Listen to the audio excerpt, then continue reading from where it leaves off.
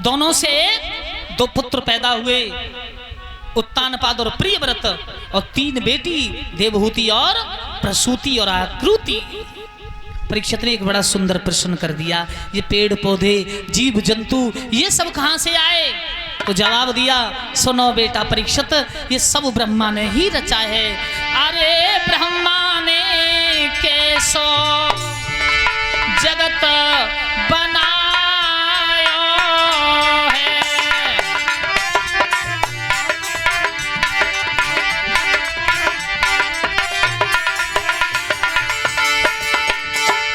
जवाब दिया, लक्ष्य राशि और भरी और कोई पुरुष और नारी है, हाथी ऊंट गधा घोड़ा और खच्चर अति बलकारी है, गैया बैल भैंसी और बकरी स्वान बिलाई भारी है, चूहे और चकचूंदर नौरा बिच्छू सर्प अपारी है, मक्खी मच्छर और ततैया घुन्नकियां ये न्यारी है, दीमक घुनी और पपई में मचे चीटी बेसुमारी है, हिरन और खरगोश भेड़िया मेंढक मछली न्यारी है।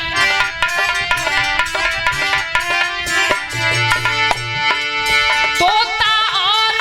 कबूतर कोई पार न पायो है,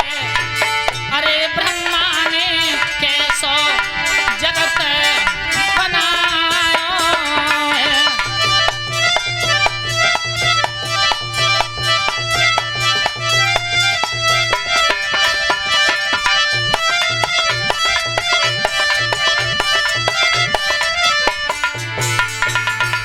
महाराज परीक्षित बोले, सब ब्रह्मा चुन चुन के बनाते रहे। जवाब दिया सुखदेव ने, बेटा सुनो, नैन पिड़ुकियां तीतर देखो ची लगी भर मार रही, और सिकराबाज और बटरच रहिया सारस कदले अपार भई, और कछुआ और घड़ियाल पतो पर बगुला राज कतार रही, भौरी और गिजाई गेसा भौरी कर गुंजार रही, और जल मुर्गी और बदक बकेरा हंस चकोर अपार भई, उल्लू और बिस कपड़ा देखो मक्खी बेसुमार भई, और नी लगाई और गुटक बिलैया सुहर की लहरी सार रही।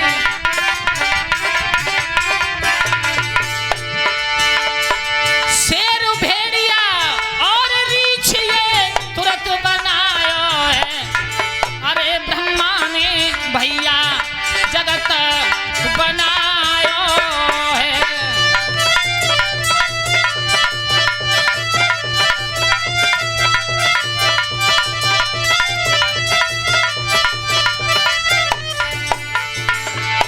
एकदम जवाब दिया, धन्य है गुरुदेव, और क्या बनाया?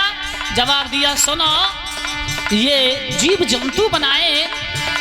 अरे चेतन जीव बनाए दे सबने, जड़ जीवों के नाम सुनो, और बरगदनी महिष और जमुना पीपर भैया आम सुनो, और ताड़ नाली और सिरस पुखैया पिलखुन के पैगाम सुनो, अनियर कमियत कठियर बरगद पिस्ता और बादाम सुनो, और नींबू अमरूद नारंगी और केलन के घन घाम सुनो, आलू गोभी गाजर मूरी सकल गंध सर नाम सुनो, और बैंगन भिंडी और तुरैया सीताफल के नाम सुनो, हरी मिर्च और सेवा संयम करेला खायो है, अरे ब्रह्मा ने भैया जगत बनायो है।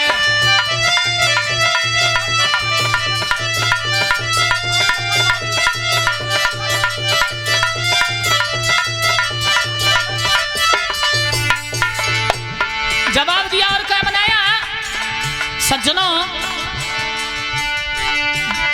चेतन जीव सुनाए दे मैंने, जड़ जीवों के नाम सुनो, और बरगदनी महिष और जमुना पीपर भैया आम सुनो, और ताड़ नारी और सिरस मुखैया पिलखुन के पैगाम सुनो, अनियर कमियत कठियर बरगद पिस्ता और बादाम सुनो, और आलू गोभी गाजर मूरी सकल गंध सर नाम सुनो, और बैंगन भिंडी और तुरैया सीताफल के नाम सुनो।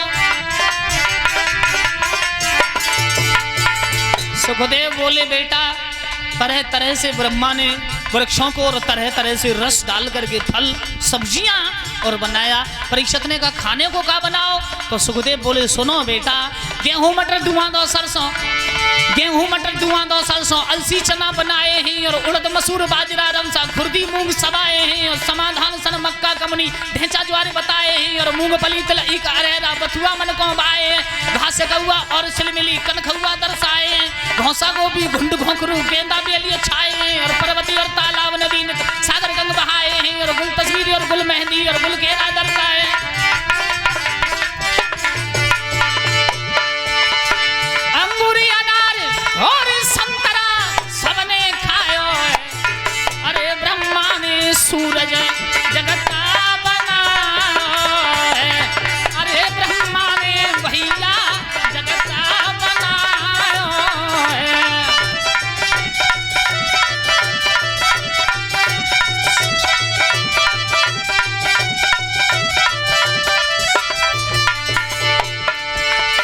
184 योन भरी और कौन गिर सके नाम सुनो अपनी बुद्धि से तुम्हें सुनाई दे थोड़े से मैं नाम सुनो और मैं तो खास गुरु का चेला प्रेम शर्मा ये दास सुनो छोटो सो मेरे ग्राम बरौरा खास मढ़िया पास सुनो और पहले तो मेरे जिला बताऊं अब तो संबल खास सुनो थाना रजपुरा लगे हमारो तहसील गिन्नर खास सुनो हरि बाबा की मेहर निराली बाध बनाया है अरे ब्रह्मा ने भैया जगत बनाया है अरे ब्रह्मा ने भैया जगत बनाया है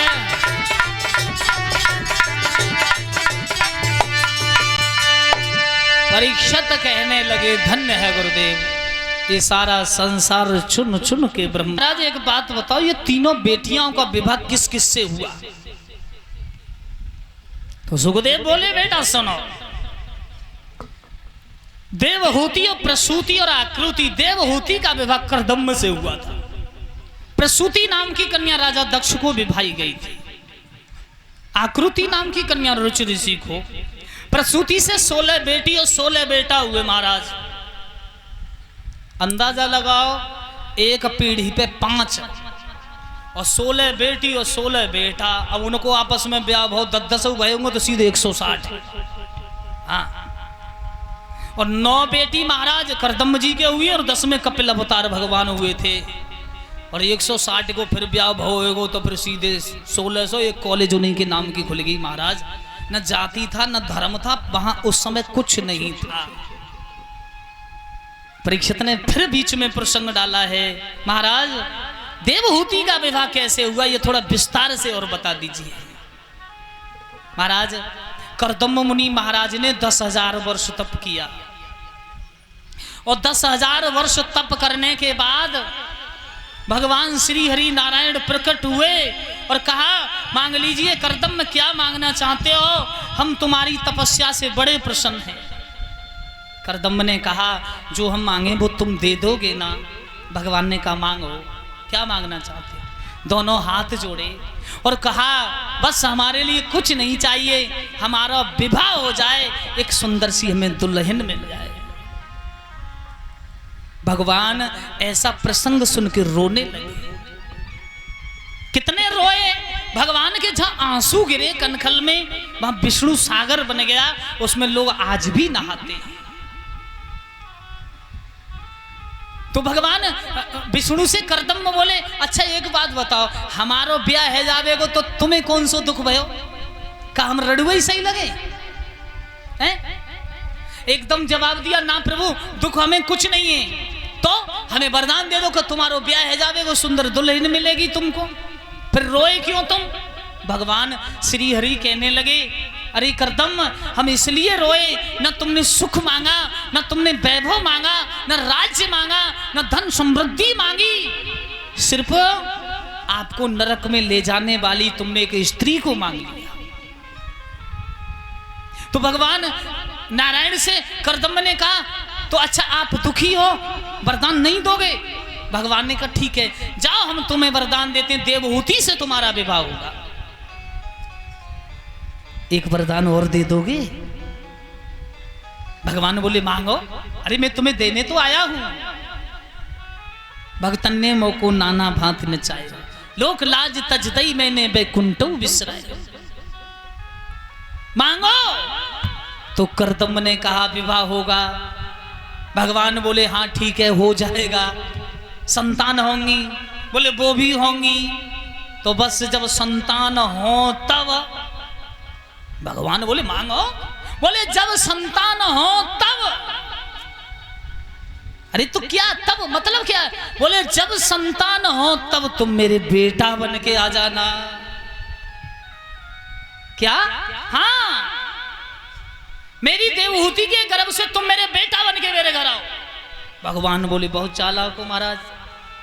हैं हमारे जैसा पुत्र जब तुम्हारे होगा तो तुम्हें कोई नरक में नहीं डाल सकता भगवान बोले अच्छा ठीक है मस्त जाओ ऐसा ही होगा हम तुम्हारे बेटा बन के जरूर आएंगे अब भगवान इतना कह के वहां से चलने को तैयार हो बोले रुक जाओ खड़े हो जाओ पहले ये और बताते जाओ ब्याह कितने दिन में होगा प्रतीक्षा करते करते बहुत दिन हो गए भगवान ने कहा भैया बहुत जल्दी स्वयं मनु शत्रुपा जी अपनी पुत्री को लेके आ जाएंगे, बहुत जल्दी विवाह हो जाएगा। महाराज भगवान ने थोड़ी सी लिंक नारद जी के द्वारा लगाई, बोले जाओ कह दो स्वयं मनु शत्रुपा से बड़ा अच्छा लड़का है, जंगल में भजन कर रहा है, बहुत अच्छा है। स्वयं मनु शत्रुपा जी ने देखा महाराज बड़ा ही हमारी बिटिया विवाह के योग्य हो गई, रथ तैयार किया, अपनी बिटिया को रथ में बिठा लिया, पर ढूंढने के लिए चले। 10 रुपये श्रीमान नंदराम जी दवथरा से, 10 रुपये नेमपाल जी, 40 रुपये ओमकार सिंह बघोई से, 10 रुपये राम गोपाल जी भगवान श्री हरि के चौड़ों में, 50 रुपये हमारे बड़े भ्राता श्री नीरेश कुमार शास्त्री जी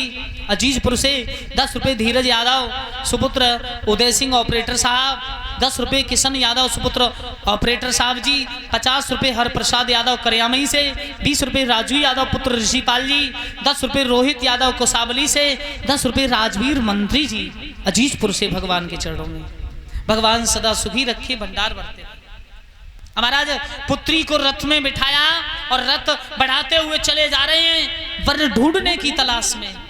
एक बड़ा सुंदर आश्रम है, महाराज तपस्या कर रहे हैं, रथ खड़ा कर दिया। करदम जी ने देखा हमारे आश्रम में तो मेहमान आ गए, सोचने लगे वाह भगवान का कहना हुआ सत्य हुआ, अब तो हमारा विवाह होगा, सुंदर दुल्हन मिलेगी, वाह अब तो आनंद ही आनंद, सुंदर भोजन खाने को मिलेगा, सेवा बहुत अच्छी होगी। दौड़े 3 बिछौने बिछा दिए। मेहमान कितने आए हैं? 3 ही तो हैं महाराज, स्वयं मनु जी, शत्रुपा और देवहूति। और आग्रह करके कहा पुष्प बिछाए और कहा बैठिए बैठिए, आपका स्वागत है, बैठिए। महाराज स्वयं मनु भी बैठ गए हैं और शत्रुपा भी बैठ गई, लेकिन देवहूति सोचने लगी ये पति का बिछाया हुआ बिछौना, अगर इस पति के बिछाए हुए बिछौने पर मैं बैठी तो मेरा पतिव्रत धर्म नष्ट,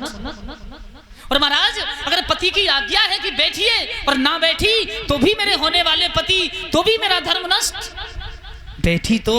जमीन पर, लेकिन हाथ रख लिया बिछौने पर। आहा क्या नीति है मां की। महाराज आजकल क्या होता है मालूम है? सुनना रे पिंटू के पापा, ओ पिंटू के पापा, हाँ ने लल्ला दूध पी रो ने, जब बिछाइए बिछाई दियो ने, बिस्तर लगाइए लल्ला दूध पी रो है। अब पति पिंटू के पापा ने भैया बिस्तर लगाओ और गोदी में लल्ला को लेके फट घुस गई रजाई में। क्यों? यहां हमें शिक्षा मिलती है कि पति के बिछाए हुए बिछौने पर हमें कभी नहीं सोना बैठना चाहिए, स्वयं बिस्तर करके बैठना चाहिए। और महाराज शास्त्री जी अगर मां इतनी बड़ी पतिव्रता है तो बेटी पतिव्रता होगी। 9 बेटी हुई महाराज, इला बिला सिला, उनमें एक अनुसुईया है, अनुसुईया। अगर मां इतनी बड़ी पति के बिछाए हुए बिछोने पर ना बैठी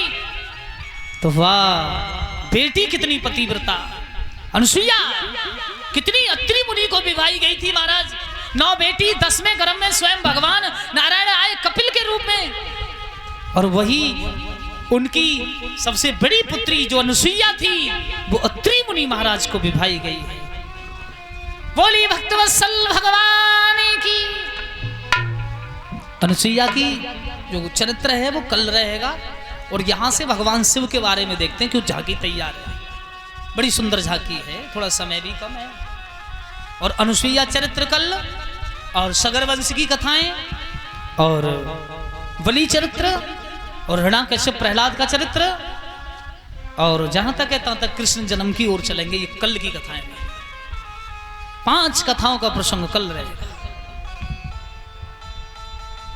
7 ही दिन तो मिल रहे महाराज, संपूर्ण महाभारत खंगालते चले आए 2 दिन में। अगली कथा है प्रभु। महात्मा सुखदेव जी कहते हैं कि अभी सती का चरित्र आप वीरू के माध्यम से सुन चुके। सती जो